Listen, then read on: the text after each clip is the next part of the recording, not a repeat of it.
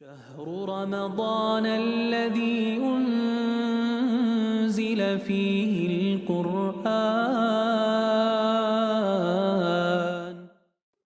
Shaykh, in Ramadan, people still do bad deeds. And we hear that Shaitan is chained in Ramadan. So why is that? Why is that we commit bad deeds in Ramadan also?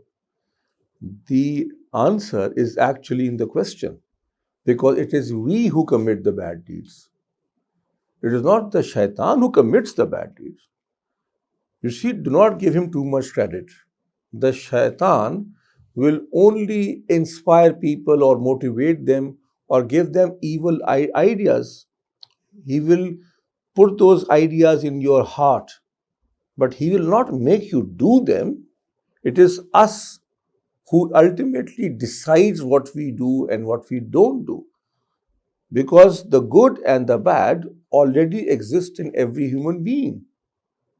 What Allah subhanahu wa ta'ala says in the Holy Quran, وَنَفْسُ وَمَا سَوَّاهَا فَأَلْهَمَهَا فُجُورَهَا وَتَقْوَاهَا, that it is the balance Allah has given within every soul, every nafs. It's got good, it's got evil in it.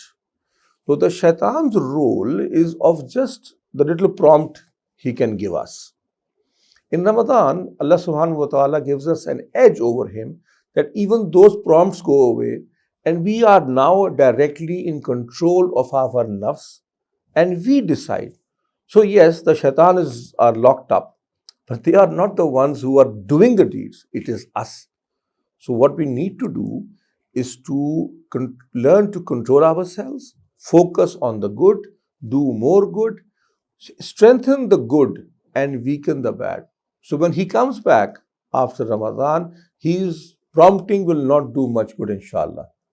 So may Allah help us increase the good and decrease the bad. And may Allah make us stronger against the promptings of the shaitan.